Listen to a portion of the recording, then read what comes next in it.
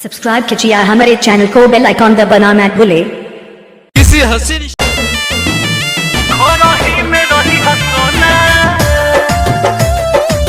Music by Roshan Singh.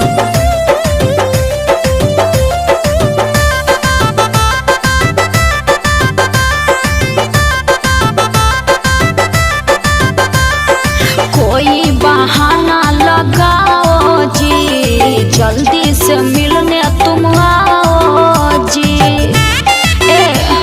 सुन रहे हो ना? कोई बहाना लगाओ जी, जल्दी से मिलने तुम आओ जी। बिन भेंट के आ रहा है रोना।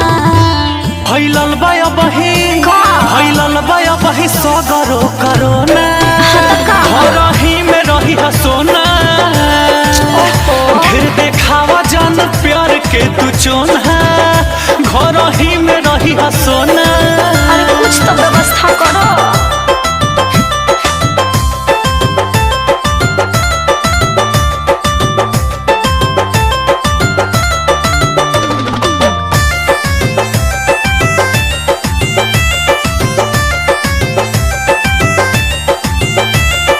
कुछ दिन के बात बा करे जा, रोह तू मनवा के जाती। जगह जगह बाटे पहरा, पुलिस के पर जाई लाठी। दर्द सहात नहीं खाया हो जुदाई के, चेहरा दिखाई दया जान तू हुआई के। डहका तो हमरा दिल के कोना कोना। भइलल बाया बहे भइलल बाया बहे सगरो करोना। घर ही में रही सोना। चुप रहा। ढेर देखावा जान प्यार के तू चोना, घर ही में रही सोना।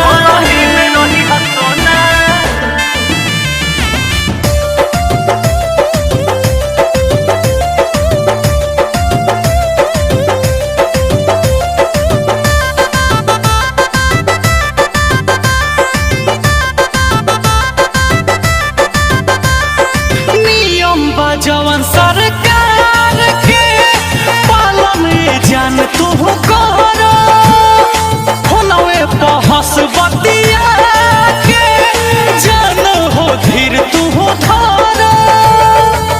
रंजित विशाल बरदास से बहरा हो, दर्द हमार न बुझाता बाट पहरा हो। कुछ तो बुझा, अपनी लुलिया से जुदा मत होना।